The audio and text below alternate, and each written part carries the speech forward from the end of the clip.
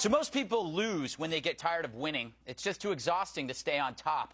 But when you retire your mantle as world leader, the problem is now your successor. As winners choose to be losers, losers are energized. Saturday, a Muslim gang set fire to a school in Nigeria.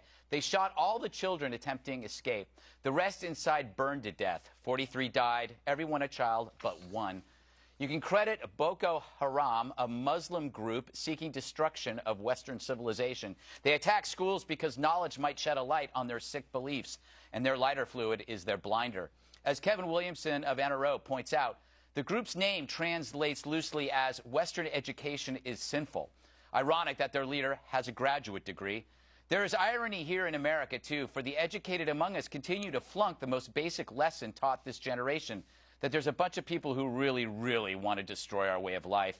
We can try to reason with them and avoid sensitive words to spare feelings, or we can call it workplace violence, but it's at our own risk. We tell ourselves it's an American trait to appreciate diversity, but what if what's diverse is also vehemently un-American?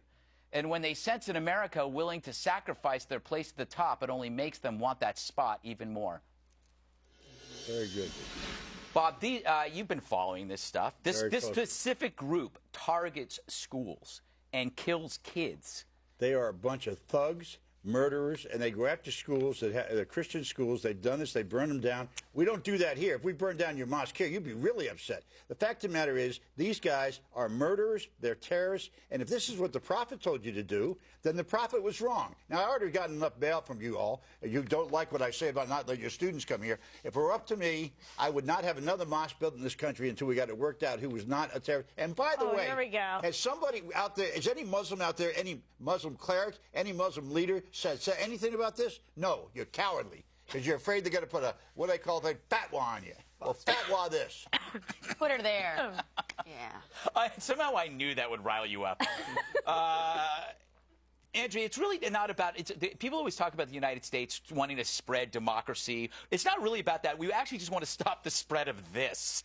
We're not asking for anything special. We just don't want to be killed. But do we want to spread democracy? Because the Muslim Brotherhood was doing, now they weren't going after schools, but they were allowing the persecution for Coptic Christians. They were allowing jihadists to enter the country. Mohammed Morsi was pardoning accused terrorists in Egypt. And what did our administration do?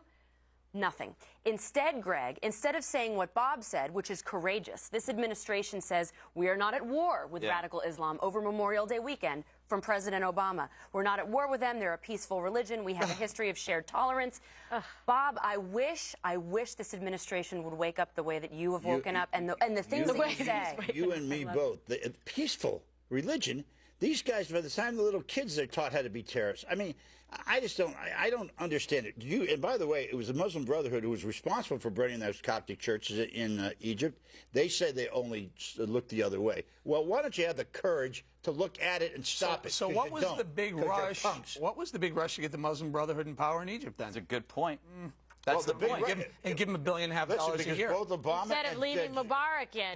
Good job. Good move. Yeah, you want to leave anyway. Leaving that aside, both George Bush and Barack Obama said we want democracy in Egypt. Well, they got it, and look what they got. We have got to learn a lesson here that we can't impose our democracy on other countries. How's this? You're not going to like what you Let them be democratic. Let them vote in Muslim Brotherhood if they want. But let's stop giving them $1.5 billion or $2 billion and send them F-16s. Give them all the tools to fight us when we don't like what happens over there anymore. It's the military that's siding with us here. Yeah, because then they get in the wrong camp. But when the Muslim Brotherhood, when Mohammed Morsi, who represents the Muslim Brotherhood, won in Egypt, that was the moment we should have said, okay, fine. You want Muslim Brotherhood? That's fine. But our foreign aid is cut off to Egypt. Sorry. Cut off the military, and you're going to cut off the last friend you've got in that country.